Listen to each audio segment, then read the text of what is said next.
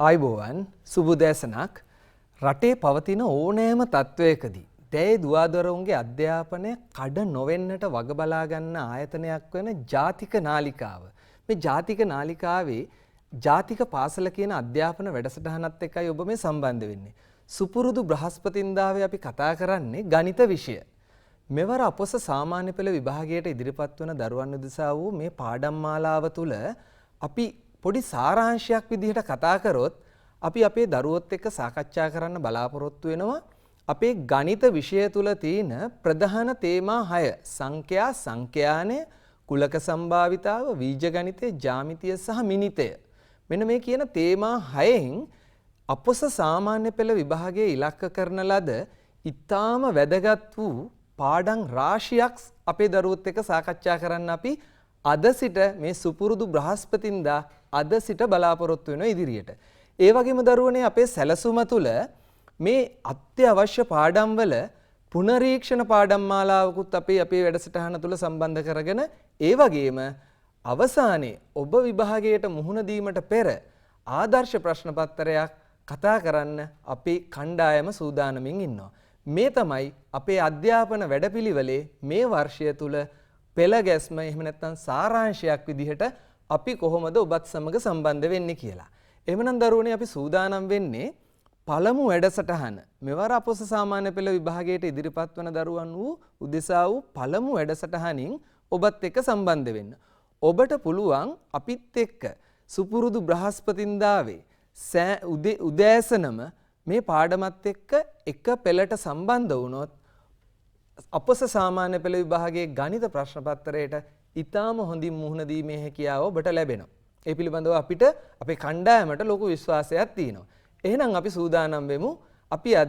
අපි තෝරා ගන්නා ලද ඊටාම වැදගත් පාඩම් කිහිපයක් කතා කරනවා. ඒ සඳහා අපි තෝරාගත් දරුවනේ මුලින්ම 11 ශ්‍රේණියේ පළමු පාඩම. 11 ශ්‍රේණියේ පළමු පාඩමත් එක්කයි අපි සම්බන්ධ වෙන්නේ. මේක අධ්‍යාපන වැඩසටහනක් නිසා දරුවනේ අපිත් එක්ක ගණන් හදමු. එකතු වෙලා මාත් එක්ක සම්බන්ධ වෙනවා කොළඹ රාජකීය විද්‍යාලයේ සමන්සර්ත් අපි එකතු වෙලා ගණන් හදමු. එහෙමනම් දරුවනේ අපි දැන් ගණන් හදන්නයි සූදානම් වෙන්නේ. අපේ පළවෙනි පාඩම තාත්වික සංඛ්‍යා. බලන්න දරුවනේ මේ තාත්වික සංඛ්‍යා කියන පාඩම අපි තෝරගත්තේ අපේ දරුවන්ට එකක් සංඛ්‍යා කියන තේමාව. සංඛ්‍යා කියන තේමාව ඊටාම වැදගත් තේමාවක් අපොස සාමාන්‍ය පෙළ විභාගය තුල.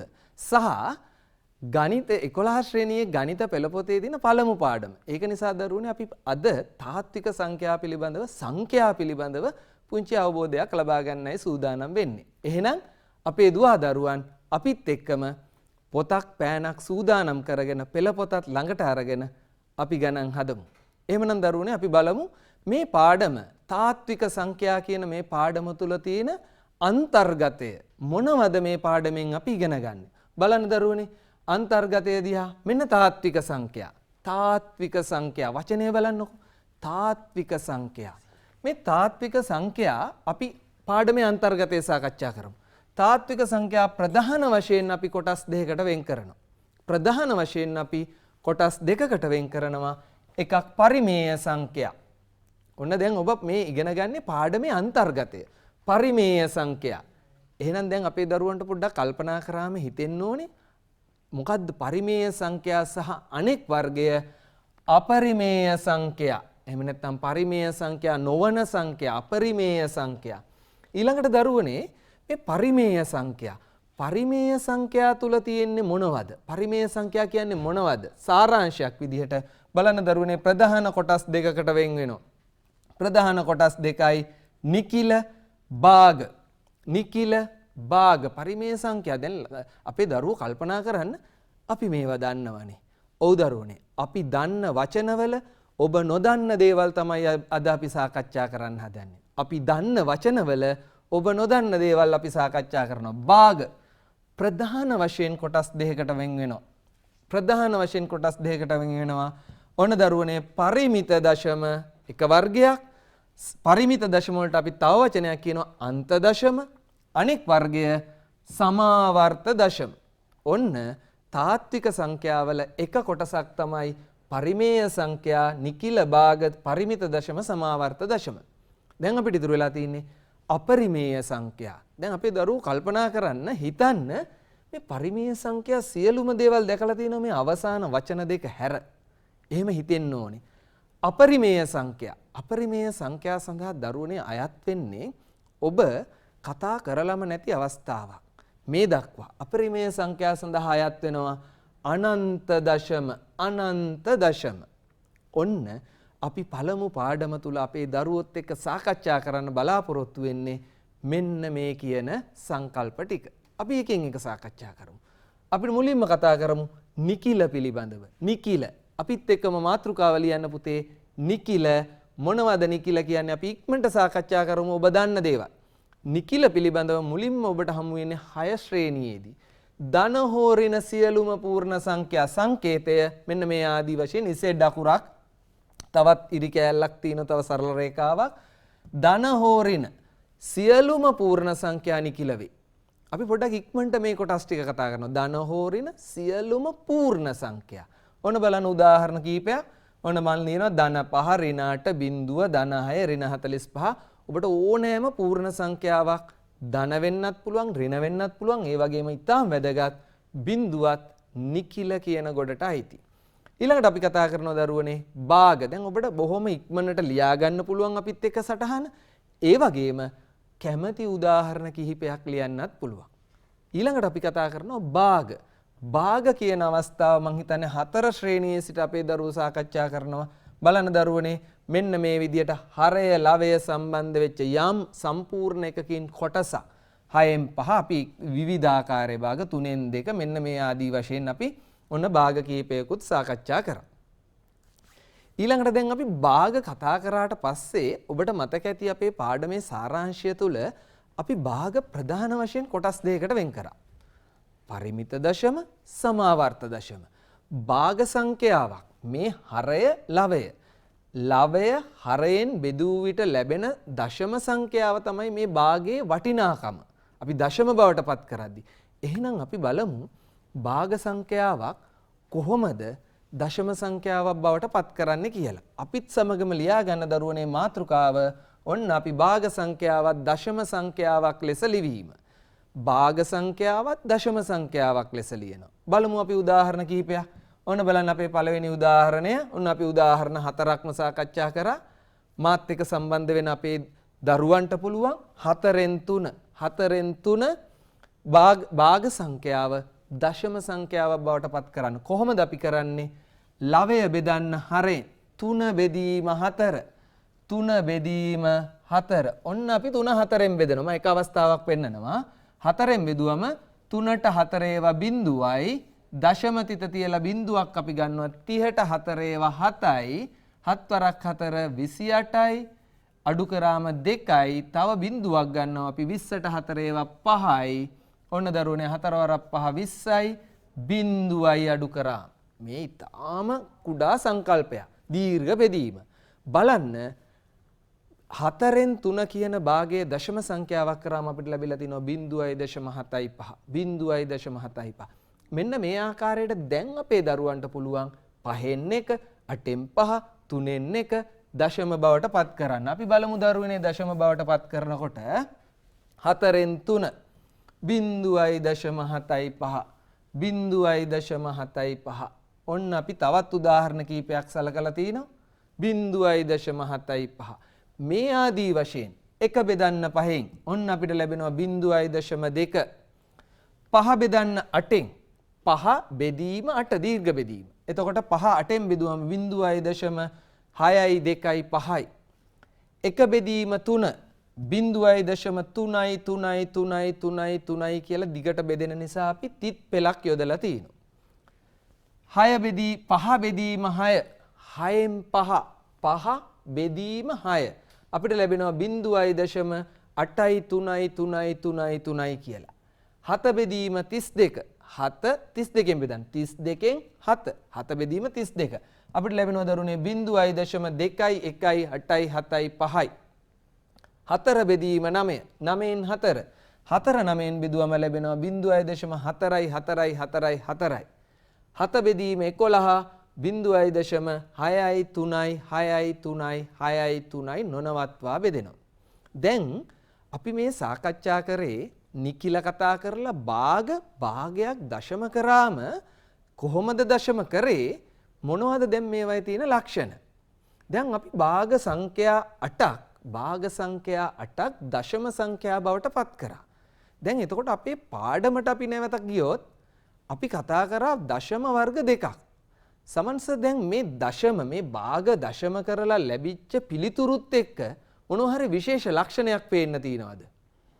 ඔව් සිසිර සර් අපේ දරුවන්ට මං හිතන්නේ දැන් පේනවා මේක ලියනකොට ඒ ලක්ෂණ වෙනස් වෙන බලන්න සාමාන්‍යයෙන් අර ඒ භාගය දශම කරනකොට ඒ දශම සංඛ්‍යාවේ තියෙන ලක්ෂණ හොඳින් නිරීක්ෂණය කරොත් මං හිතන්නේ දරුවන්ට මේ බව හොඳට පැහැදිලි වෙනවා. දැන් ආපහු සැරයක් අපි දරුවන්ට අවස්ථාව දෙමු මේ ටික නිරීක්ෂණය කරන්න. බලන්න දරුවනේ මේ භාග ටික අපි මොනවද මේ අපි භාග දශම කරාට පස්සේ ඔබට දිස් වෙන මේ දශමවල තියෙන විශේෂ ලක්ෂණයක්. දැන් සිසිර සර් මෙතන කිව්වා මේ භාග දශම කරා මේ දශම කරනකොට දැන් දශම කරපු සංඛ්‍යාව ටික දැන් දරුවන්ට පේනවා. එහෙනම් මෙන්න මේ දශමවල තියෙන ලක්ෂණයක් බලන්නකෝ. සමහර දශමවලට දශම තිතට අමතරව තව තිත් ටිකක් දාලා තියෙනවා. ඔබට පේනවා ඇති. දැන් සමහර දශමවල එහෙම නැහැ. එහෙනම් අන්න වර්ග දෙකක් මෙතන තියෙනවා කියලා අපේ දරුවන්ට හඳුනා ගන්න පුළුවන්. බලන්න දරුවනේ මේ පළමු අවස්ථාව ගත්තාම අපි ඒකේ 0.75යි තවත් නැහැ. එතකොට මේ මෙතන 3න් එක ගන්න 3න් එක ගත්තාම 0.3 යන්න තිත් ටිකක් දාලා තිනවා. මොකද්ද මේ තිත් දැම්මේ සිසිර සර්? තිත් දැම්මේ ඒක අවසානයක් වෙන්නේ නැහැ. දිගින් දිගටම යනවා. එතකොට දැන් අපේ දරුවන්ට පැහැදිලි වෙනවා කවුද දිගින් දිගටම යන්නේ? මේ 3 කියන අගය. එකම සංඛ්‍යාවක් පුනා යෙදෙනවා. නැවත යෙදෙනවා. අපි නැත්තම් කියනවා ආවර්ත වෙනවා. ආන්න බලන්න මේ දශම සංඛ්‍යා අවසාන වෙනවා. එහෙනම් සිසිර සර් ඉස්සෙල්ලා ලස්සන වචනයක් කිව්වා පරිමිත දශම කියලා කියන්න පුළුවන් කිව්වා අන්ත දශම කියලා කියන්න පුළුවන්. අන්තයක් තියෙනවා. ඒ දශම එතනින් ඉවරයි. හැබැයි මෙන්න මේ දශමවලදී 3න් එක මෙතන කීපයක් ඔබට දිස් වෙනවා. ඔබ හොඳින් නිරීක්ෂණය කරන්න. මේ එකම සංඛ්‍යාවක් පුනා යෙදෙන අවස්ථාවක්. බලන්නකෝ 6න් 5 කියන එකේ 0.8යි ඊට පස්සේ 3 පුනා යෙදෙනවා. නැවත යෙදෙනවා. අපි කියනවා ආවර්ත වෙනවා. ඊළඟට 32න් 7 බලන්නකෝ 0.2යි 8යි 7යි 5යි. එතකොට සංඛ්‍යා කොටසක්. එතකොට 9න් 4 බලන්නකෝ 0.4යි 4යි දිගින් දිගටම යෙදෙනවා. ඒ වගේම අපි 11න් 7 බැලුවොත් 0.6යි 3යි 3. එහෙනම් සංඛ්‍යාවක් එක ඉලක්කමක් හෝ ඉලක්කම් කිහිපයක් අන්න නැවත යෙදෙනවා. මෙන්න බලන්න එතකොට මෙන්න මේ ආකාරයට යෙදෙනකොට අන්න වෙනස්කමක් තියෙන බව මම හිතන්නේ අපේ දරුවන්ට පැහැදිලි. එහෙනම් මේ වෙනස්කම මොකක්ද කියලා අඳුරගත්ත අපේ දරුවෝ. දැන් එහෙනම් අපි බලමු ඒ වෙනස්කමක් තියෙනවා නම් නමක් දාන්න ඕනේ අපි. ආන්න එතකොට දරුවනේ මෙන්න මේ දශම වලට එතකොට අවසානියක් තියෙනවා නම් අන්න ඒ දශම වලට දැනටම ඔබ නම දන්නවා. පරිමිත දශම හෝ අන්ත දශම කියලා කියන්න පුළුවන්. එහෙනම් මෙන්න එකම සංඛ්‍යාවක් එකම ඉලක්කමක් හෝ ඉලක්කම් කිහිපයක් නැවත යෙදෙනවා නම් අන්න ඒ දශම වලට අපි කියනවා සමාවර්ත දශම කියලා. එතකොට සමාවර්ත දශම කියන එක බලමු දරුවනේ අපි මේකේ අපි වෙන් කරගමු. දැන් දරුවෝ දැන් දන්නවා. දැන් වෙන් කරමු බලන්න. දැන් බලන්න පළවෙනි එක සමාවර්ත දශම වෙන්නේ එක අන්ත දශමයක්. දෙවෙනි එක අන්ත දශමයක්. තුන්වෙනි එක අන්ත දශමයක්. හතරවෙනි එක බලන්න. ඔබට දිස් වෙනවා හතරවෙනි එකේ 0.3 අන්න සමාවර්ත දශමයක්. ඒ වගේම බලමු අපි ඊළඟ එක පස්වෙනි එක බලන්න. පස්වෙනි එකෙත් 0.8යි 3යි දිගින් දිගටම යනවා. ඒ වගේම 32න් 7 කියන එක බලන්න.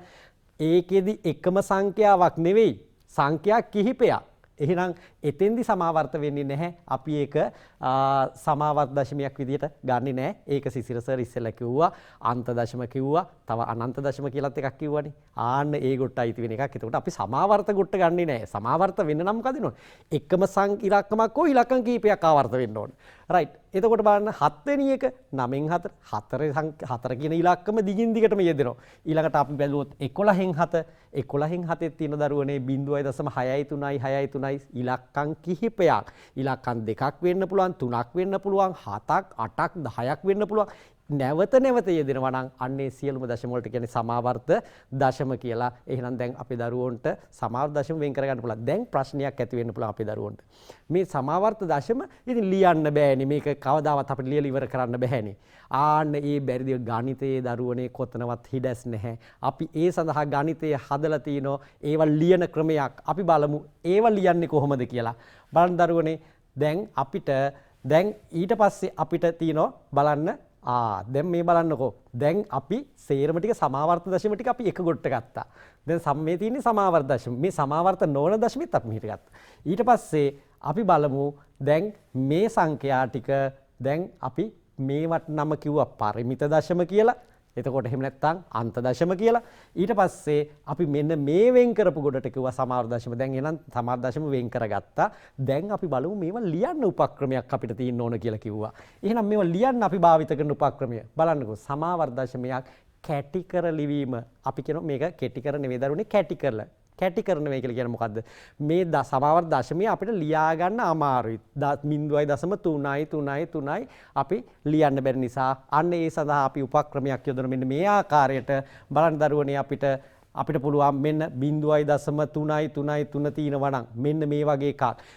3 නම් දිගින් දිගටම යෙදෙන්නේ. අන්න අපිට පුළුවන් එක 3ක් ලියලා ඒ සඳහා අපිට පුළුවන් මෙන්න මේ ආකාරයට පුංචි තිතක් තියන්න.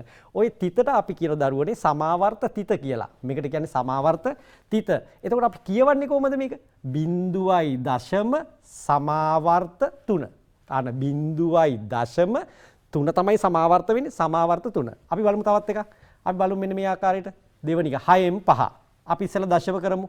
ආන 0.8 දැන් 3 තමයි දිගටම යන්නේ. එහෙනම් අපි ලියනවා. දැන් ඔන්න මේක ලියනවා. දැන් 8 දිගින් දිගටම යන්නේ නැහනේ. 8යි 3 තියෙන ඉලක්කම තමයි නැවත නැවත යෙදින්නේ. අන්න 3 උඩින් තමයි එතකොට අපි දෙත යන්නේ. එහෙනම් කියවන්නේ කොහොමද? 0.8යි අන්න ඊට පස්සේ සමාවර්ත 3. එහෙනම් අපි කියනවා මේක 0.8යි සමාවර්ත 3.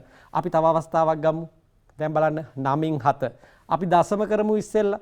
0.777. එහෙනම් අන්න ඔබට දිස්සෙනවා 7 කියන ඉලක්කම නැවත නැවත යෙදෙනවා. එහෙනම් අපි කැටි කරලා ලියනවා. 0.7 ලිව්වා නැවත නැවත යෙදෙන ඉලක්කම උඩින් තිතක් තියුවා සමාවර්ත තිත. ඊට පස්සේ අපි මේක කියවනවා 0.7 සමාවර්ත 7. සමාවර්ත 7. සමාවර්ත වෙන තැනදී 7ට ඉස්සෙල්ලා සමාවර්ත කියන වචනේ දාන්න ඕනේ. අපි තව එකක් ගමු. බලන්න 4 වෙනි එක 3න් 2. 3න් 2 0.666.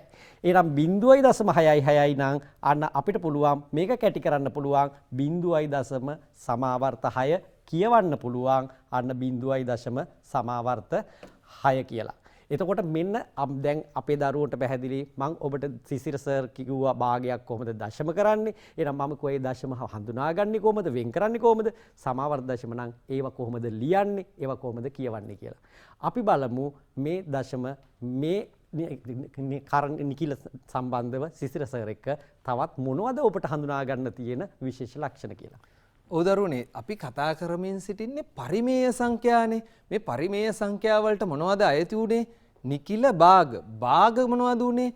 භාග කොටස් දෙකකට බෙදුණා. සමන්ස ඊතා පැහැදිලිව ඒ වර්ග දෙක අන්ත දශම එහෙම නැත්නම් පරිමිත දශම බෙදිලා ඉවර වුණා. ඒ වගේම සමාවර්ත දශම දිගින් දිගටම නැවත බෙදෙන දශම.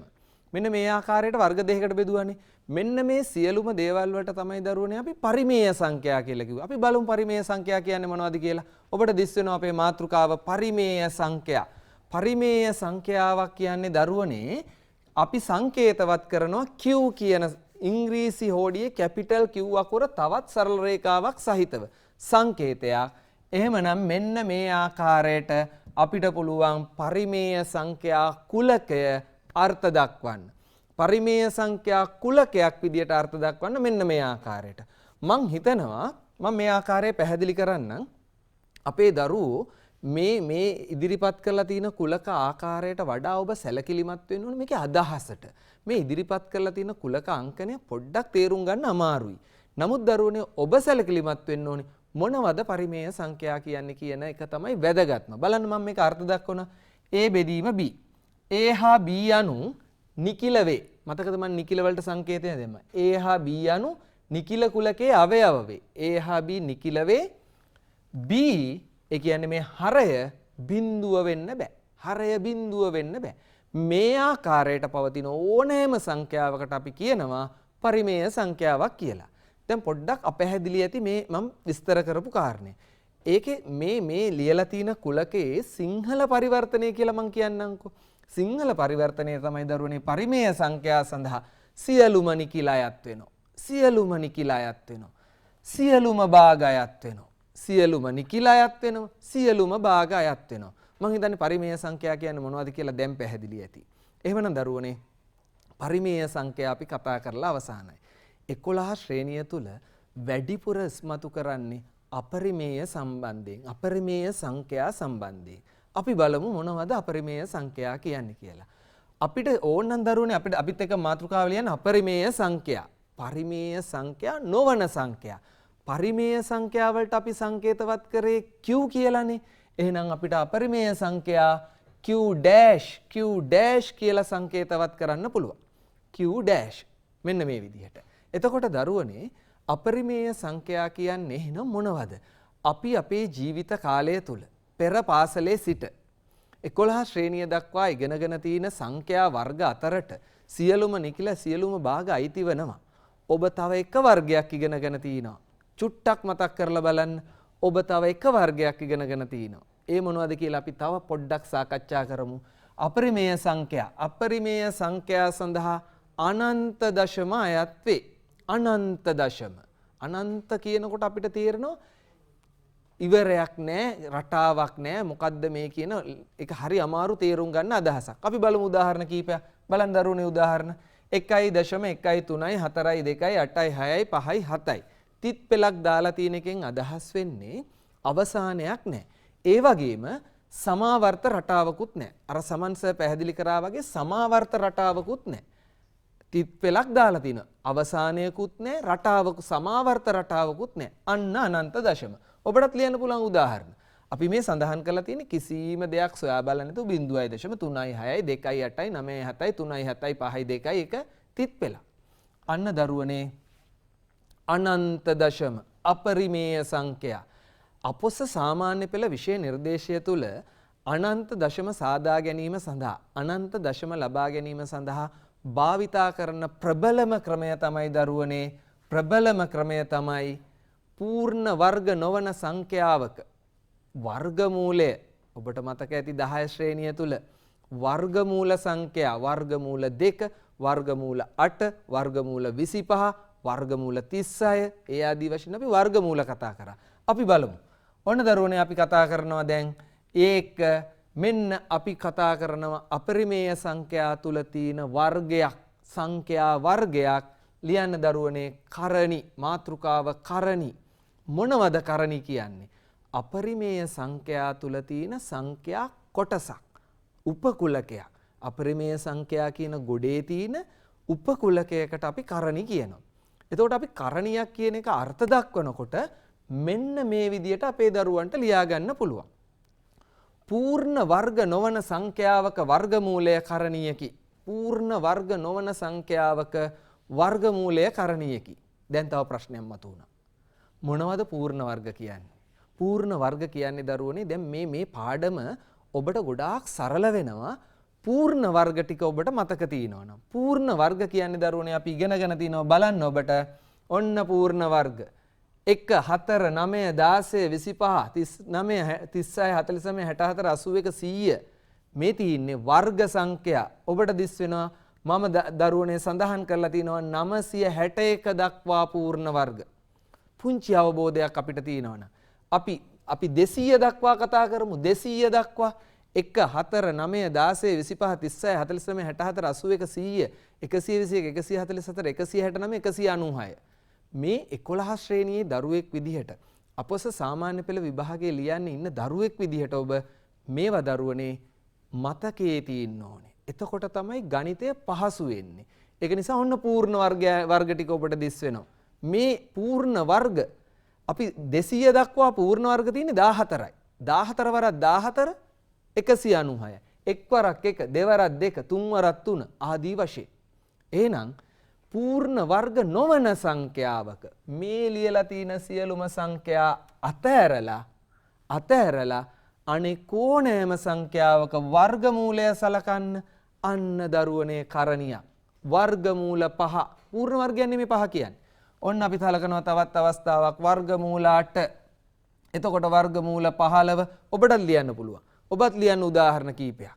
පූර්ණ වර්ග සංඛ්‍යාවක් ගන්න බෑ. අපි ගමු පූර්ණ වර්ග සංඛ්‍යාවක්. වර්ගමූල 25. වර්ගමූල 25 කියන්නේ දරුවනේ 5යි. 25 වර්ගමූලය 5යි. 5 කියන්නේ පරිමේය සංඛ්‍යාවක්, නිකිලයක්. අපි කතා කරන්නේ අපරිමේය සංඛ්‍යා ගොඩේ උපකුලක. එතකොට වර්ගමූල 25 ගන්න බෑ. වර්ගමූල 24 මේ ආදී වශයෙන් ඔන්න උදාහරණ කිහිපයක් අපේ දරුවන්ට ලියා ගන්න පුළුවන්. වර්ගමූල 36 ලියන්න බෑ. 30 පුළුවන්. මං හිතන්නේ කරණි පිළිබඳව අවබෝධය ලැබෙන්නේ නැති කරණියක් ලියන්න ඔබ දැනගෙන ඉන්න ඕනේ මෙන්න මේ වටේට තියෙන පූර්ණ වර්ග ටික. ඒව නොවන සංඛ්‍යාවක වර්ගමූලය. ඔන්න දරුවනේ කරණි. දැන් මේ මං කතා කිව්වනේ උපකුලකයක් ගැන අපි කතා කරන්න කියලා. දැන් සමන්ස මේ කරණි වලත් විශේෂ ලක්ෂණ තියෙන කරණි තියෙනව නේද? ඔව් සිසිර සර්, දැන් සිසිර සර් කිව්වනේ අපේ දරුවන්ට දැන් කරණි කියලා කිව්වේ පූර්ණ වර්ගයක් නොවන අගයක්නේ. දැන් එතකොට පූර්ණ වර්ගයක් නොවන අගයක මූලය වර්ගමූලය. එතකොට අපිට අපේ දරුවන්ට අයිති වෙන්නේ වර්ගමූලය විතරයි. වෙනත් මූලත්ය දෙන්න පුළුවන්. එතකොට වර්ගමූලය දැන් සිසිර සර් කිව්වා ඒක කරණියක් කියලා. දැන් ওই කරණිය ඇතුලේ පූර්ණ වර්ගයක් තියෙන්න බැරිද? අපි බලමු දරුවනේ එහෙම වුණොත් මොකද වෙන්නේ කියලා. දැන් බලන්න ඔබට දිස් වෙන මෙන්න මේ කරණි අකිල දැන් තව වචනයක් දිස් වෙනවනේ ඔබට අකිල කරණි කියලා. දැන් කරණි අකිල කරණි. දැන් තවත් වචනයක් ඔබට තියෙන්නේ. එහෙනම් කරණි අකිල කරණි නම් මොනවද අකිල කරණි? දැන් කරණි ගැන දැනගත්තානේ. එතකොට පූර්ණ වර්ගයක් වෙන්නේ නැහැ. එතකොට ඒක පූර්ණ වර්ගයක් වෙන්නේ නැති. ඒක මූලය. වර්ගමූලය. දැන් එතකොට බලන්න දරුවනේ දැන් අපි දැන් බලමු දැන් ඔන්න දැන් මේ තියෙන්නේ මොනවද? ඔබට දිස් වෙනවා කරණි. දැන් බලන්න මේකේ තියෙන්නේ පූර්ණ වර්ගයක් නෙවෙයි. මේකේ තියෙන්නේ පූර්ණ වර්ගයක් නෙවෙයි. දැන් මෙන්න මේ ආකාරයට කරණි කීපයක් දිස් වෙනවා. දැන් මෙන්න මේ දිස් වෙන අගේ බලමු අපි. දැන් බලන්න ඔබට දැන් මෙන්න අකිල කරණි කියලා ඔන්න ටිකක් දිස් වුණා. හැබැයි අර සිසිර සර් කිව්වා වගේ පූර්ණ වර්ග නන් නෙවෙයි. හැබැයි මෙන්න මේ කරණිය ඇතුලේ තියෙන පූර්ණ වර්ගයක් අපේ දරුවෝ දන්නෝ 8 කියලා කියන්නේ දරුවනේ 4 වරක් 2යි. ආන්න 4 වරක් 2 නම් 4 කියලා 4 මූලය වර්ගමූලය අන්න සිසිර සර් ඉස්සෙල්ලා පැහැදිලි කරලා වටේට ලියලා පැහැදිලි කරලා දුන්නා. මේ පූර්ණ වර්ග වෙන්නේ වෙයි වර්ගමූලය කරණි වෙන්නේ නැහැ. ඒවා කරණි නෙවෙයි. එහෙනම් පූර්ණ වර්ග නොවන ඒවා තමයි කරණි වෙන්නේ කියලා. එහෙනම් පූර්ණ වර්ග නොවන ඒවා ලිව්වට අන්න ඒ අතරේ තියෙන දරුවනේ තවත් වර්ගයක් තියෙනවා. මේක පූර්ණ වර්ගයක් නොවේයි. හැබැයි මෙයාගේ පූර්ණ වර්ගයක් ඇතුලේ අඩංගු වෙනවා. දැන් බලන්න පහේ හේම අවස්ථාවක් නැහැ. 8ට තියෙන පූර්ණ වර්ගයක් 4 4 වරක් 2. 12ට තියෙන 4 වරක් 3 පූර්ණ වර්ගය 4ක්. 50ට තියෙන 25 වරක් 2. 25 කියලා කියන්නේ පූර්ණ වර්ගයක්. ඒ වගේම 200ට තියෙන 100 වරක් 2. 100 කියන්නේ පූර්ණ වර්ගයක්. හැබැයි මෙන්න මේ ගොඩේ නැහැ. මේ ගොඩේ බලන්නකො. මේ කරණි ගොඩේ නැහැ. අපිට පූර්ණ වර්ගයක් 5 ඇතුලේ පූර්ණ වර්ගයක් නැහැ. 35 ඇතුලේ පූර්ණ වර්ගයක් නැහැ. 7 වරක් 5 කිව්වට පූර්ණ වර්ගයක් නැහැ. අන්න දරුවනේ එහෙනම් පූර්ණ වර්ගයක් අඩංගු වන කරණියක් තියෙනවා නම් අන්න ඒ කරණියට කියනවා අපි අකිල කරණි කියලා. මම හිතනවා අපේ දරුවන්ට පැහැදිලි ඇති. කරණි අතර තියෙන සමන්ස අපිට පොඩි පැහැදිලි කිරීමක් කරන්න පුළුවන්. ඕනනම් මේ බලන්න කරණි වල ඔක්කොම ඔත්තේ නේද තියෙන්නේ? ඔව්. අකිල කරණි ඔක්කොම ඉරට්ටේනේ. හැමතිස්සෙම එහෙම ඔත්තේ ඉරට්ටේ වෙන්න ඕනේද සමන්ස? ඒක තමයි අපේ දරුවන්ට හොඳ අවස්ථාවක් තියෙනවා. දැන් එතකොට මේ සිසිර සර් කිව්ව එක බොහොම වැදගත්. මොකද අපි උගන්වනකොට අපේ දරුවෝ සමහර ලාවට අපි කියන දේට අමතරව යමක් හිතට ගන්නවා. පේන දේවල් අනුව හිතට ගන්නවා. මෙතන තියෙන ඔත්තේ සංඛ්‍යා, මෙතන තියෙන ඉරට්ටේ සංඛ්‍යා. එහෙනම් ඔත්තේ සංඛ්‍යාව වල මූල තමයි එහෙනම් කරණි වෙන්නේ. එහෙම වෙනවද කියලා අපි බලමු දරුවනේ. මේ බලන්නකෝ. දැන් අපි මේ තව අවස්ථාවක් ගත්තු. මේ බලන්න 30 මූල 30. දැන් 30 වර්ගමූලය දැන් මේ තියෙන ඔත්තේ සංඛ්‍යාවකට ඔන්න ඉරට්ටේ සංඛ්‍යාවක් ආවා. මූලයක් තියෙනවා. දැන් අපි බලමු මේකේ ඇත්තටම වර්ග සංඛ්‍යාවක් තියෙනවද කියලා. හැබැයි 30 කියලා කියන්නේ 6 වරක් 5 කියන්න පුළුවන්. 15 වරක් 2 කියන්න පුළුවන්. හැබැයි කොතනවත් වර්ග සංඛ්‍යාවක් අඩංගු. එහෙනම් එයත් කරණියක්. එහෙනම් අපි බලමු ඔත්තේ සංඛ්‍යාවක්. ඒ වගේම අගයක් මේ පැත්තටත් එන්න පුළුවන්. මේ බලන්න දරුවනේ 75. 75 කියලා කියන්නේ 25 වරක් 3. ආන්න 25 කියන වර්ග සංඛ්‍යාවක්. එහෙනම් අන්න සිසිර සර් කිව්වා වගේ ඒ අවස්ථාව අපේ දරුවන්ට උදා වෙන්නේ ඔත්තේ උනාට ඒක කරණි වෙන්නේ නැහැ. ඉරට්ටේ යගෙනුත් කරණි විදියට තියෙන්න පුළුවන්. හැබැයි ඉරට්ටේ යගයන් විතරක් නෙමෙයි ඔත්තේ යගයන් සහිත අගයනුත් අකිල කරණි වෙන්න පුළුවන්. එහෙනම් දරුවනේ මේ සඳහා තිබිය යුත්තේ පූර්ණ වර්ගයක් අඩංගු වන කරණියක් තියෙනවා නම් අන්න එයා අකිල කරණියක්. එහෙම අඩංගු නොවේ නම් එයාට කියනවා අපි කරණියක්. එහෙනම් පැහැදිලිවම අපේ දරුවන්ට අඳුර ගන්න පුළුවන්. අපි බලමු දරුවනේ එතකොට මේ අකිල කරණි. දැන් අකිල කරණි දැනගත්තා නම් දැන් අපේ දරුවෝ මේක ලියන්න පටන් ගන්න බලන්න. අපිත් එක්කම ලියමු. අකිල කරණි 10ක්. දැන් හරි ලේසියෙන් ලියන්න යන්න පුළුවන්. බලන්න මාත් ලියන ඔබත් ලියන්න අකිල කරණි දැන් මේ බලන්න මූල 20 මූල 40 මූල 27 මූල 500 මූල 125 ඒ වගේම බලන්න දැන් අපිට මූල 18 මේ හැම එකම බලන්න වර්ග සංඛ්‍යාවක් අඩංගු වෙනවා 4 වරක් 5 4 වරක් 10 එතකොට මෙන්න මේ වගේ මේ හැම එකම පූර්ණ වර්ගයක් සහිත සංඛ්‍යාවක් තමයි අරගෙන අකිල කරණි. දැන් ඔබට අකිල කරණි 10ක් ලියන්න පුළුවන්. දැන් ඒ වගේ අකිල කරණි ලියන්න පුළුවන් අකිල කරණි අඳුන ගන්න පුළුවන්. එතකොට මේ කරණි කියලා කියන්නේ සිසිරසර පටන් ගත්තේ මේ තාත්වික සංඛ්‍යා කියලානේ. සංඛ්‍යා කියන ඒවා අපි වර්ග කර කර මේ ඔබට උගන්වන්නේ. එතකොට වර්ග කර කර උගන්වන මේ සංඛ්‍යා මොනවද අපිට කරන්න පුළුවන්? සංඛ්‍යා විවිධ සුළු කිරීම බවට පත් කරන්න පුළුවන්. විවිධ සුළු කිරීම කියලා කියන්නේ වෙනස් පුංචි අවස්ථාවලට ගන්න පුළුවන්.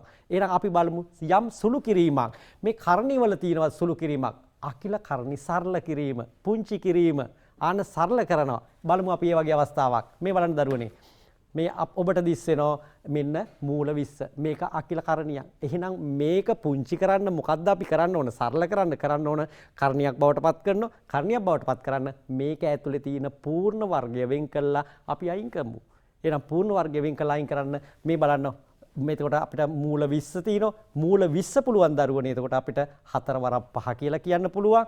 එහෙනම් අන්න 4 කියන්නේ වර්ග සංඛ්‍යාව. 4 වර්ග මූලය 2යි. 2 අපි ඉවත් කරමු. 2 ඉවත් කරාට පස්සේ අපිට ලැබෙනවා 2යි මූල 5. අන්න අකිල කරණිය සරල කරා. අකිල කරණිය අපි සරල කිරීමක් කරා. අපි තව අවස්ථාවකට යමු. බලන්න දරුවනේ. දැන් මේ බලන්න මූල 18. දැන් මෙතෙන්දී අපේ දරුවෝ ටක් ගාලා මෙතන තියෙන විශාලම වර්ග සංඛ්‍යාව අඳුර ගන්න ඕන. සමහරවිට ඊට කුඩා වර්ග සංඛ්‍යාවක් තියෙන්න පුළුවන්. එතකොට 18 කියලා කියන්නේ අපි ලියන්න පුළුවන් 9 වරක් 2 කියලා. එහෙනම් 9 කියලා කියන්නේ වර්ග සංඛ්‍යාවක්. එහෙනම් අපි 18 ලියමු 9 වරක් 2. 9 වර්ග මූලය 3යි. එහෙනම් 3යි මූල 2. එතකොට මෙන්න මේ ආකාරයට පුළුවන් අකිල කරණි සරල කරන්න. දැන් මේ වගේ වෙනස් විවිධාකාරයේ අකිල කරණි තියෙනවා. ඒවා සරල කරන්න අපි සිසිරසරුත් එක්ක බලමු. තවත් ඒ වගේ අවස්ථා කීපයක් අපේ දරුවෝ කොහොමද සරල කිරීමක් කරන්නේ ඔබ භාවිත කරන්න කියලා. ඔව් දරුවනේ දැන් සමන් සර් ඔබට පැහැදිලි කරේ අකිල කරණි සරල කිරීමක්නේ. මේ අකිල ගණිතයේ තියෙන ස්වභාවයක් තමයි අපි ඉගෙන ගන්න මේ සංකල්පය නැවත භාවිත කිරීමෙන් තමයි අපිට ඒක හොඳටම දැනෙන්නේ. එහෙනම් අපි තවත් උදාහරණ කීපයක් බලමු. බලන් දරුවනේ ඔබට දිස් වෙන මේ අවස්ථා කීපය අපි සලකමු අකිල කරණි සරල කිරීමේ තවත් ටිකක් විශාල සංඛ්‍යා සහිත උදාහරණ කිහිපයක්. වර්ගමූල 147 වර්ගමූල 300. මම මේ කතා කරන කාලය තුල අපේ දරුවන්ටත් හිතන්න පුළුවන්. මම මේ පාඩම තුල ඔබට ප්‍රකාශ කළා පූර්ණ වර්ග සංඛ්‍යා මතක තියෙන්න ඕනේ. 1 4 9 16 25 36 44 81 100 100ට යනකම්වත් මතක තියෙන්න. 147 කල්පනා කරලා බලන්න. එක් වරක් නම් ඕනෑම සංඛ්‍යාවක් සමග ලියන්න පුළුවන්. 4 වරක් තියෙනවද? නැහැ. 9 වරක් නැහැ. 1 4 7 9 වරක් 16 වරක් නැහැ. 36 වරක් නැහැ. 50 3ක් 150යි. 50 3ක් 150 49 වරක් 3. 49 වරක් 3 49ට තියෙනවා වර්ගමූලයක් 7යි මූල 3යි. 300 100 කියන්නේ පූර්ණ වර්ගයක්. 100 ගුණ කිරීම 3 100 ගුණ කිරීම 3 පූර්ණ වර්ගයක්. 100 වර්ගමූලය 10යි 10යි මූල 3යි. 10යි මූල 3යි. ඔන්න බලන්න දරුවනේ අකිල කරණියක් සරල කරන ආකාරය අකිල කරණියක තියෙන තවත් ලක්ෂණයක් තමයි තව දුරටත් සරල කරන්න පුළුවන්. ඒ සරල කරාම අපිට ලැබෙන මෙන්න මේ කොටස් දෙක. මේ කොටසට අපි කියනවා පරිමේය කොටස කියලා. මේ කොටස පරිමේය කොටස. මෙන්න මේ මූල කොටසට අපි කියනවා අපරිමේය කොටස කියලා. පරිමේය කොටසක් අපරිමේය කොටසක් සහිතව ලිව්වම අන්න දරුවනේ අපි ඒ වගේ ලියන්න පුළුවන් කරණි වලට තමයි අපි අකිල කරණි කියන්නේ. තව දුරටත් සරල කරලා හැක. බලමු අපි තවත් උදාහරණ කීපයක්. බලන්න දරුවනේ. අකිල කරණි සරල කිරීමම කියන අවස්ථාව 99. 99 මොකද්ද වෙන්න ඕනේ? කල්පනා කරලා බලන්න. 99 තුල 1 4 9 16 25 1 4 9 9 වරක් 11 තියෙනවා. අපි සාමාන්‍යයෙන් ලියනකොට පූර්ණ වර්ගය මුලින් ලියනවා. මේකට 11 වරක් 9 කියලා ලිව්වට කිසිම වරදක් නැහැ. නමුත් අපි පුරුද්දක් විදියට පූර්ණ වර්ගය මුලින් ලියලා ඊළඟට ලියනවා සාමාන්‍ය පූර්ණ වර්ග නොවන සංඛ්‍යා. 9ට තියෙනවා වර්ගමූලයක් 3යි 3යි මූල 11යි 242. දැන් පූර්ණ වර්ග මතක තියෙන්න ඕනේ. 64 81 100 121 144 121 ඒවා දෙකක් තියෙනවා. දැන් දරුවනේ ඔබ ඉගෙනගත්ත මේ මූලධර්මය භාවිත කරමින් තමයි ගණිතය වර්ධනය කරගන්නේ, මොලේ වර්ධනය කරගන්නේ. 121 වරක් 2 121ට වර්ගමූලයක් තියෙනවා 11යි 11යි මූල 2යි. දැන් අපි ගණිතය තුල මේ ඉගෙන ගන්න ප්‍රත්‍යාවර්ත ලක්ෂණයක් තියෙනවනේ. දැන් අපිට පුළුවන් නම් මේ අකිලකරණීය මේ ආකාරයට සරල කරලා පරිමේය කොටසක් සහ අපරිමේය කොටසක් ලෙස ලියන්න සමන්ස. දැන් ඕකේ විලෝමය ප්‍රතිවිරුද්ධ ක්‍රියාවලියත් අපිට සාකච්ඡා කරන්න පුළුවන් නේද? ඔව් සිසිර සර්. දැන් මං හිතන්නේ අපි මේම කතා කරනකොට අපේ දරුවොත් ඕක හිතලා ඇති. සමහර දැන් අපිට අපි කිව්වා අකිලකරණියක් කොහොමද කරණියක් බවට පත් කරන්නේ. එහෙනම් දරුවන්ටත් හිතලා ඇති දැන් මේ කරණියක් අකිලකරණියක් දුන්නොත් කොහොමද අකිලකරණියක් කරන්නේ? බලමු දරුවනේ අපි උදාහරණ කීපයක්. බලන්න ඔබට දිස්සෙන මේ මාතෘකාවත් එක්ක බලමු. දැන් අපිට කියන්නේ කරණි දීලා තින්නේ අකිලකරණි බවට මේ පත් කරන්නයි කියන්නේ. එතකොට මේක කරණියක්. දැන් ඉස්සෙල්ලා අපි ඉගෙන ගත්තානේ කරණිය ඇතුළේ තියෙච්ච පූර්ණ වර්ගය වෙන් කරලා ඒකේ වර්ගමූලයත් එක්ක අපි ඉවත් කරලානේ එතකොට අකිලකරණිය කරණියක් බවට පත් කරේ. ඉතින් අර සිසිර සර් කිව්වා වගේ ඒකේ විලෝමය ඒකේ අනිත් පැත්තට අපි යමු. එහෙනම් එළියේ තියෙන සංඛ්‍යාව වර්ගයක් වෙලා යන්න ඕන. එහෙනම් අන්න වර්ගමූලය ඇතුළට අපි එහෙනම් බලමු මෙන්න 3යි මූල 5. එහෙනම් 3යි මූල 5 3 වර්ගය 9යි අන්න 9 ගුණ කිරීම 5 9 වරක් 5 45යි අන්න 9 වරක් 45යි අන්න මේ තියෙන දරුවනේ කරණිය මෙන්න ඒකේ අකිලකරණිය. එහෙනම් කරණි පුළුවන් අපිට අකිලකරණි බවට පත් කරන්නත් පුළුවන්. බලමු තවත් කරණියක් තියෙනවා. මූල 2යි මූල 10. එහෙනම් 2 වර්ගය 4යි. 4 ගුණ කිරීම 10. එහෙනම් 4 වරක් 10 40යි 40 වර්ගමූලය අන්න ඒක අකිලකරණිය. අපි බලමු මේ වගේ තවත් අවස්ථාවක්. දැන් බලන්න 5යි මූල 5. දැන් 5 වර්ගය 25යි. දැන් අපි දරුවන්ට හරි පැහැදිලි ඇති. 5 වර්ගය 25යි. එහෙනම් 25 අපි වර්ගමූලය ඇතුලේ ලියනවා. 25 ගුණ කිරීම 5. 25ව 5 125යි. එහෙනම් අපි ලියන්න පුළුවන් 125 වර්ගමූලය. ඒ වගේම දරුවනේ 6යි මූල 2. 6 වර්ගය 36යි. 36 ගුණ කිරීම 2. එහෙනම් 36 දෙකෙන් ගුණ කරාම 72යි. එහෙනම් 72 වර්ගමූලය. දැන් මං හිතන්නේ අපේ දරුවන්ට මේක පැහැදිලි ඇති. දැන් දරුවන්ට හැබැයි ඕනම කරණි ටිකක් ලියාගෙන අකිලකරණි කරන්න පුළුවන්. කවුරුවත් ගණන් දෙන්න අවශ්‍ය වෙන්නේ නැහැ දැන්. අකිලකරණි බවට පත් කරන්න පුළුවන්. එතකොට මෙන්න මේ ආකාරයට දෙපසටම මේ දේ කරන්න පුළුවන්. දැන් අපේ දරුවන්ට හිතෙනවා ඇති මේ අකිලකරණි දැන් තවත් සුළු කිරීම වලට භාජනය කරන්න පුළුවන්ද කියලා. අපි සිසිර සර්ත් එක්ක බලමු තවත් මොනවා හරි මේ වගේ සුළු කිරීම තියෙනවද කියලා.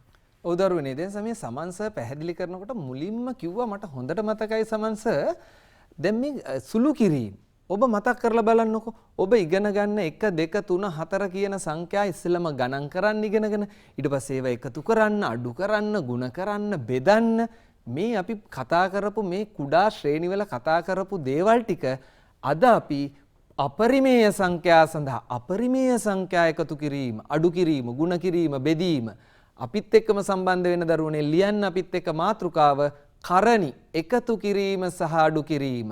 කරණි එකතු කිරීම සහ අඩු කිරීම පිළිබඳව අපි සොයා බලමු. දැන් අපි ඔබට දිස් වෙනවා අපේ පළවෙනි ගැටලුව. ඔබට දිස් වෙනවා අපේ පළවෙනි ගැටලුව. කරණි දෙකක් අපිට තියෙනවා එකතු කරන්න. දැන් අර අපි කතාවට කියනෝනේ පඬිතයාට ඒ දණ්ඩ යන්න බෑයි කියලා. ඒ වගේ දැන් මේක අපි ඉගෙන ගත්ත දරුවෝ විදිහට මම මේ කතා කරන කාලය අතරතුර අපේ පුතාලට පුළුවන් අපේ දරුවන්ට පුළුවන් මේ ගානට උත්තරේ පොඩ්ඩක් හොයන්නත්. අර මම මොකද්ද කිව්වේ? පඬිතයාට ඒ දණ්ඩ යන්න බෑයි කියලා කතාවක් තියෙනවනේ. ඒ මොකද්ද මේ? අපි ගොඩක් දේවල් දැනගත්තම සමහර වෙලාවට සරල දේවල් අපිට බැරි වෙනවා. ඒකයි ඒකේ අදහස් වෙන්නේ. 2යි මූල 5 එකතු කිරීම 4යි මූල 5. දැන් අපේ දරුවෝ කල්පනා කරනවා මේ සමන්ස මොහොතකට පෙර කියලා දුන්නා. මේ 2 වර්ගමූලය ඇතුළට දාලා 4 4 වරක් 5 20යි. මේ 4 වර්ගමූලය ඇතුළට දාලා 16 වරක් 5 80යි. 20 80යි වර්ගමූල 100යි කියලා ගන්න පුළුවන්. නැහැ දරුවනේ. මෙතනදී මේ අකිලකරණීය මේ පරිමේය කොටස අපරිමේය කොටස කියන අවස්ථාව සම්බන්ධ වෙන්නේ අපරිමේය කොටස මේක තුල ක්‍රියාත්මක වෙන්නේ බීජීය පදයක් ලෙස නිකන් හිතන්න බලාගෙන ඉන්න මෙන්න මේ තුල ඔබට දිස් වෙනවා දරුවනේ මෙහෙම. ඔබ හිතන්නකෝ දැන් මේ තියෙන්නේ ඔන්න දැන් මම මේ අපරිමේය කොටස මූල කොටස රවුම් කරලා ඔබට පෙන්නනවා. නිකන් ඔබ මෙහෙමම හිතන්නකෝ. 2යි බෝල මේක බෝල කියලා හිතන්නකෝ. 2යි බෝල 4යි බෝල එකතු කරාම 6යි බෝල. මොනවද බෝල ඇතුලේ තියෙන මූල 5. එහෙනම් දරුවනේ මේකට උත්තරය වෙන්නේ මේ ගැටලුව මේ එකතු කිරීමට උත්තරය වෙන්නේ 2යි 4යි 6යි 6යි මූල 5යි 6යි මූල 5යි. හරිම ලේසියිනේ. දැන් මේ හරිම ලේසි කියන එක තුල ඔබ කල්පනා කරන්න මොකද්ද වෙන්න ඕනේ? මොනවද වෙන්න ඕනේ? කොහොමද කරන්නේ? මෙන්න දරුවනේ කරණි දෙකක් එකතු කිරීම සඳහා තිබිය යුතු කොන්දේසිය. අපරිමේය කොටස මූල කොටස සමාන විය යුතුයි. මූල කොටස සමාන විය යුතුයි. මේක ක්‍රියාත්මක වෙන්නේ දරුවනේ බීජීය පදයක් ලෙස 2යි මූල 5 වෙනුවට x එකතු කිරීම. 4යි මූල 5 වෙනුවට x. 4යි x 2යි x එකතු කරාම 6යි x මූල 5 වෙනුවට x. 6යි මූල 5යි 6යි මූල 5යි. මෙන්න මේ ආකාරයට ක්‍රියාත්මක වෙනවා මේක. එතකොට ඔබ සැලකිලිමත් වෙන්න ඕනේ කාරණේ මොකද්ද? අපරිමේය කොටස සමාන විය යුතුයි. එවිට පරිමේය කොටස් වල සුළු කිරීමක් පමණයි ඔබට කරන්න තියෙන්නේ. 2යි 4යි එකතු කරාම 6යි මූල 5යි. 6යි මූල 5යි. මෙන්න මේ ක්‍රමවේදය හිතට ගත්තම ඔබට ඕන ගානක් පුළුවන් වෙනවා. අපි පොඩ්ඩක් ඉස්සරහට හදලා බලමු. තවත් උදාහරණයක් බලන්න දරුවනේ. ඔන්න අපි කතා කරනවා තවත් උදාහරණයක් බලන්න. 3යි මූල 7 එකතු කිරීම 4යි මූල 7. 3යි මූල 7 4යි මූල 7. බලන්න දරුවනේ මූල කොටස සමාන වෙලා. මූල කොටස සමාන වෙලා අපරිමේය කොටස සමාන වෙලා එහෙනම් 3යි 4යි එකතු කරන්න 7යි 7යි මූල 7යි එකතු කරන්න තිබ්බ නිසා අපි එකතු කරා. එකතු කරන් තිබ්බ නිසා අපි එකතු කරා. තවත් උදාහරණ කීපයක් අපි බලමු. 6යි මූල 2 අඩු කිරීම 3යි මූල 2. අපරිමේය කොටස සමාන. මූල 2. එහෙනම් දරුවනේ 6න් 3ක් අඩු කරන් 3යි මූල 2. 3යි මූල 2. තවත් උදාහරණයක් අපි සාකච්ඡා කරමු. 8යි මූල 3 එකතු කිරීම මූල 3. ඔන්න දරුවනේ බලන්න 8යි මූල 3 එකතු කිරීම මූල 3. අපි බලමු මේ මූල 3 කියන අවස්ථාව අපිට තියෙන්නේ මෙතන 1යි මූල 3 කියලා. 1යි මූල 3. මූල 3 සමානයි 8යි 1යි 9යි 8යි 1යි 9යි 9යි මූල 3යි 9යි මූල 3යි. මං හිතන්නේ අපේ දරුවන්ට පැහැදිලි ඇති. අපි සමන්සර්ත් එක්ක තවත් උදාහරණ කීපයක් සාකච්ඡා කරලා බලමු. ඔව් සමන්ස. ඔව් දරුවනේ සිසිර සර් ඔබට කිව්වා වගේ මේ කරණි එකතු කිරීම අඩු කිරීම කියන සුළු කිරීම කියන අවස්ථාවයි. බලමු අපි ඒ වගේම තවත් උදාහරණ කීපයක් බලමු. බලන්න ඔබට දිස්සෙන දැන් මේ උදාහරණ අපේ දරුවන්ට පුළුවන් ඉක්මනින් හදන්න පුළුවන්. දැන් අර සිසිර සර් ඉස්සෙල්ලා කිව්වා වගේ බලන්න දරුවනේ 8යි මූල 6යි මූල 6ව 8ක් මූල 6ව 2ක් මූල 6ව 8කින් මූල 6ව 2ක් අඩු කරන්න. ඊටාම සරලයි 8න් 2ක් අඩු කරාම 6යි අන්න 6යි මූල 6යි කියලා ගන්න පුළුවන්. ඒ වගේම දරුවනේ අපි තවත් අවස්ථාවකට යන් බලන්න 5යි මූල 2 එකතු කිරීම 3යි මූල 2 අඩු කිරීම 2යි මූල 2. අර සිසිර සර් VG ආකාරයට හිතන්නත් පුළුවන් කියලා කිව්වා. විවිධ ආකාරයට දරුවන්ට හිතන්න පුළුවන්. මූල 2 ඒවා 5කට මූල 2 ඒවා 3ක් එකතු කරලා මූල 2 ඒවා 8යි. එහෙනම් මූල 2 ඒවා 8න් මූල 2 ඒවා 2ක් අඩු කරන්න පුළුවන්. අන්න ඒ ආකාරයටත් හිතන්න පුළුවන්. එහෙනම් අපිට පුළුවන් දරුවනේ ඉස්සෙල්ලා මෙතන 5යි 3යි 8යි 8න් 2ක් 6යි 6යි මූල 2යි කියලා අපිට කතා කරන්න පුළුවන්. ඔව් දරුවනේ අපි ඊළඟට සමන්සර්ත් එක්ක මේ කතා කර එකතු කිරීම අඩු කිරීමනේ. සමන්ස අපි ಗುಣ කිරීම බෙදීමට යන්න හදන්නේ. ಗುಣ කිරීම බෙදීමට යන්න හදන්නේ. ಗುಣ කිරීම බෙදීම දරුවනේ එකතු කිරීම අඩු කිරීමට වඩා ගොඩක් සරලයි. අපි බලමු අපරිමේය සංඛ්‍යා එහෙම නැත්නම් කරණි ಗುಣ කිරීම සහ බෙදීම කොහොමද සාකච්ඡා කරන්නේ කියලා.